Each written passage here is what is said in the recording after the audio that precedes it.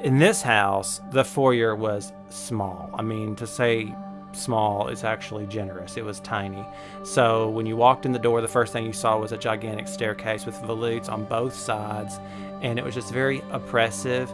The first thing I did was remove the volutes, which then opened up a little more space in the dining room, which is attached. If you really look at this house, the foyer and the dining room is really one room, because it's the stair really just sort of spills into the dining room.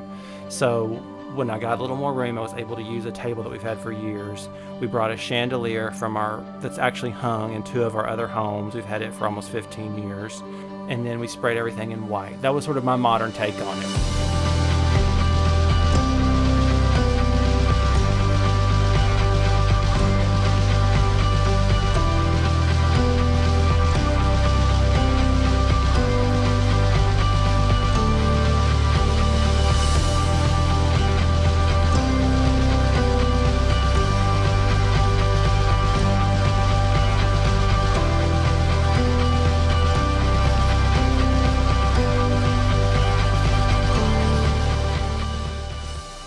So really the den is a complete contrast from the dining room. It's like white.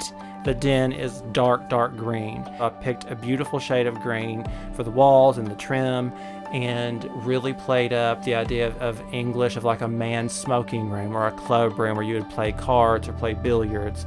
All of these elements combined to make the perfect foil against the white kitchen.